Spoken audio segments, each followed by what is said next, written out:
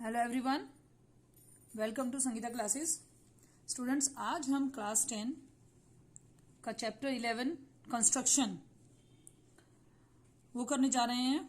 उसमें आपके एक्सरसाइज 11.1 का फर्स्ट क्वेश्चन ही है, draw a line segment of length 7.6 centimetre and divide in ratio of 5:8 and measure the two parts.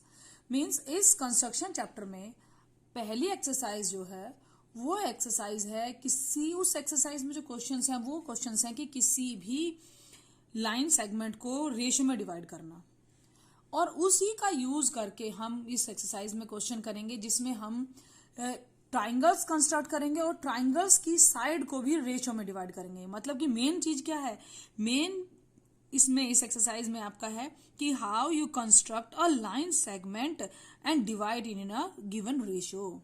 Main thing आपकी हमारी इसी पर हमारा एक्सरसाइज बेस होगी। So draw a line segment 7.6 centimetre. सबसे पहले आपको ड्रॉ करना है 7.6 डाया line segment. So this is your 7.6. I have given it a name A and B. After that हमें डिवाइड करना है इसे 5:8 के 8 पार्ट में, मीन्स 5 and 8। फॉर दिस मैं अपना कंपास लूंगी और एक एक्यूट एंगल ड्रॉ करेंगे, और उस कंपास को, ये रेडियस को आप एक बार डिसाइड करने के बाद टच नहीं करेंगे। If I taken this much radius then I will take this only, this acute angle. After this एक मैं एक्यूट एंगल इधर भी बनाऊंगी। एक्यूट एंगल आपको बोला नहीं गया, बराबर लेना है आपको किसी भी मेजरमेंट का ले सकते हैं। दो एक्यूट एंगल मैंने एक अप में और एक डाउन में ड्रॉ किया है। यहां से एक आर्क लगाइए जिससे हमारे दोनों एक्यूट एंगल, एक डाउनवर्ड और एक अपवर्ड, दोनों इक्वल हों।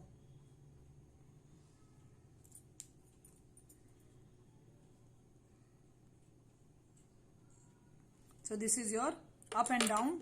हमने दो इक्वल एक्यूट एंगल ले लिए हैं। मेजरमेंट आप कुछ भी ले सकते हैं।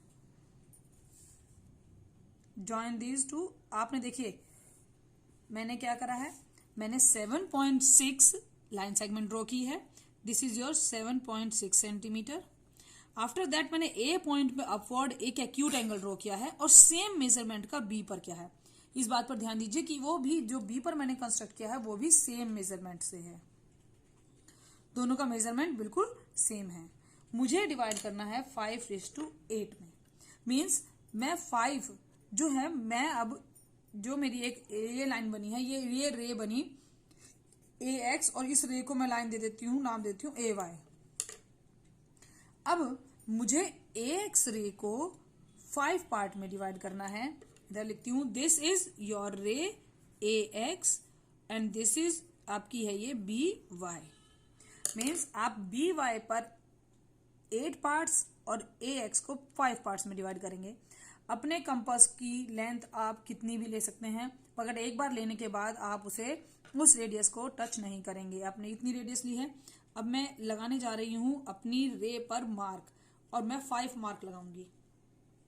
1 इक्वल होने ना, ये 2 3 4 एंड 5। मैंने क्या करा, मैंने इक्वल मार्क लगाए हैं AX रे पर। 5 मार्क लगाए, 5 बिकॉज मेरा AX कितना है, 5 है। अब मैं इसी रेडियस से, जो कंपास की रेडियस से टच नहीं करेंगे, मैं BY पर मार्क करूंगी, और वो मार्क मैं करूंगी 8। 1 देखिए BY 8 रेशियो में डिवाइड करना, 2 3 4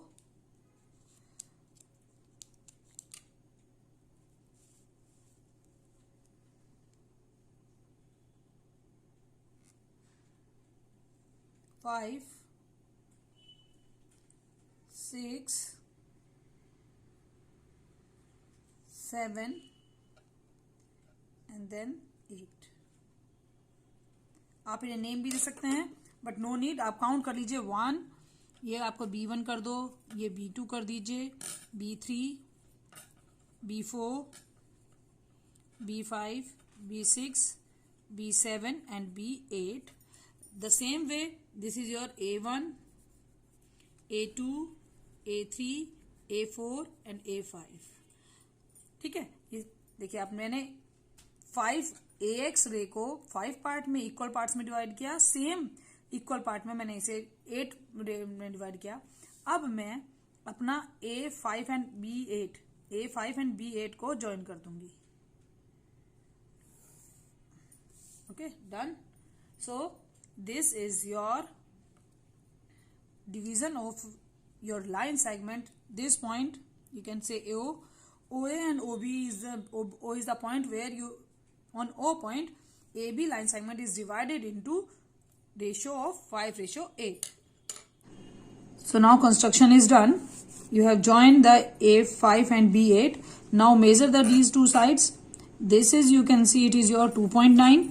It is your 2.9 and इसको मेजर करेंगे, this is your 4.7, exact 4.7 you can see. And now इसको करने के बाद देखिए आपने 2 पार्ट में डिवाइड कर दिया, दोनों पार्ट मेजर कर दिए। आप इसकी जस्टिफिकेशन भी देंगे। जस्टिफिकेशन किस तरह से, भाई किस तरह से आप कह सकते हैं कि आपने ये इक्वल डिवाइड किया है? क्या आपके पास प्रूफ है कि जो आपकी जो कंस्ट्रक्शन है वो बिल्कुल एक्यूरेट है? इसको कैसे जस्टिफाई करेंगे? देखिए आपके पास 2 ट्राइंगल बने हैं, triangle A5 and O, and second triangle है आपका B8 एंड O। इन दोनों ट्राइंगल में अब आप देखिए, this triangle is equal to this angle, because आपने एक्यूट एंगल बिल्कुल इक्वल बनाए थे। ठीक है, this is your vertical opposite angle. So by a similarity, triangle A5O is similar to triangle B8O। दोनों ट्राइंगल हमारे सिमिलर हो गए ए सिमिलरिटी से। अगर ये सिमिलर हो गए तो इनकी साइड्स का रेशियो भी इक्वल होगा। मीन्स हम यहां पर क्या लिख सकते हैं, A5 upon B8 is equals to हमारा होगा OA and this is OB। ये इक्वल होगा। एंड ये रेशियो क्या है, A5 कितना है, A के आपने इक्वल 5 पार्ट किए हैं, A5 एंड B8 के आपने 5 पार्ट किए थे और इसके 8 पार्ट किए थे, एंड दिस इज ऑल्सो। तो यहां से आपको देखिए ये रिजल्ट आप देखिए, इसका मतलब OA और OB आपका किस पार्ट में डिवाइड हो गया है, रेशियो 5:8 में। जस्टिफिकेशन कई बार एग्जामिनर पूछ भी लेता है, बट आपको ये पता भी होना चाहिए कि भाई हमें ये तो क्लियर होना चाहिए ना कि किस तरह से हमने इस AB लाइन को क्या प्रूव है कि ये हमारी 5:8 में ही डिवाइड हुई है। तो इसके थ्रू आपको सिमिलरिटी चैप्टर का भी याद आएगा। हमने AA सिमिलरिटी से इन दोनों ट्राइंगल्स को सिमिलर प्रूव किया, और अगर सिमिलर प्रूव किया है तो इनकी साइड्स की रेशियो भी प्रोपोर्शन में होंगी, साइड की रेशियो प्रोपोर्शन में होंगी। मींस A5 एंड B8, इसकी रेशियो किसके इक्वल होगी, इसके प्रोपोर्शन में OA अपॉन OB के। और ये मालूम है A5 के इक्वल 5 पार्ट्स हैं, वो 5 पार्ट में डिवाइड है, और B8 8 पार्ट में डिवाइड है। इट मीन्स जो हमारी OA और OB लाइन है वो भी 5:8 पार्ट में डिवाइड होगी। I hope you get this question properly. Thank you.